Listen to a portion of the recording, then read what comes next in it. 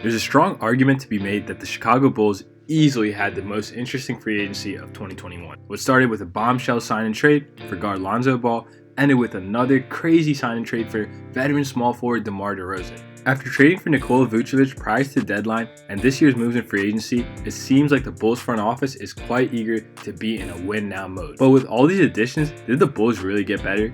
Or did they expedite this rebuild way too fast, setting themselves up for another major flop? Let's take a look. Now, I like Lonzo Ball as a player and was honestly shocked to see the Pelicans just let him leave like that. But this just confuses me if you're a Bulls fan.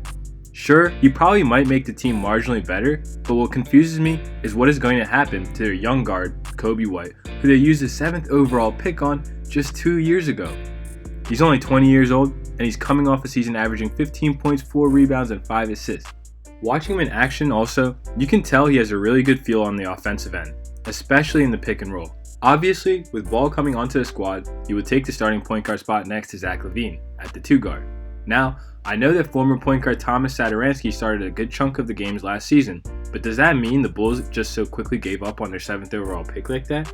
It's hard to see White playing enough minutes and being able to make enough mistakes to the point that he can reach his true potential on this team. Unless the Bulls plan on trading White, it's hard to really see what the plan is here, because White will most likely never develop to his true potential coming off the bench. Let's not forget, they also signed former Laker Alex Caruso, making that backcourt even more crowded for White.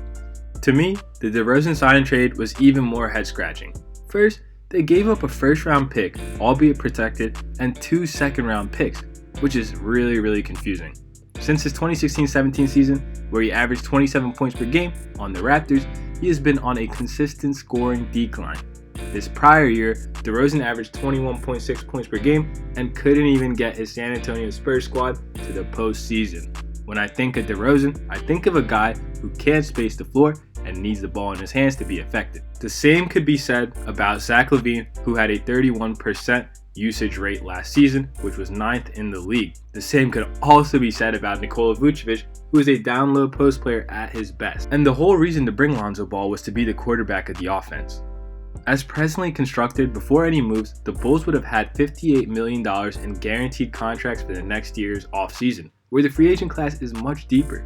Headlined by players such as James Harden, Kyrie Irving, and Kevin Durant, the Bulls would have had a ton of cap space to potentially lure one of these big fishes and also make other significant moves. Look, DeRozan is a good player, but he's past his prime, and this team is clearly not good enough for him to push them over any significant hump. To me, this looks like the front office trying to save face and show the public that they are trying to compete, when in reality, all they'll be competing for is a first-round exit in the playoffs. As a franchise, you want to have direction.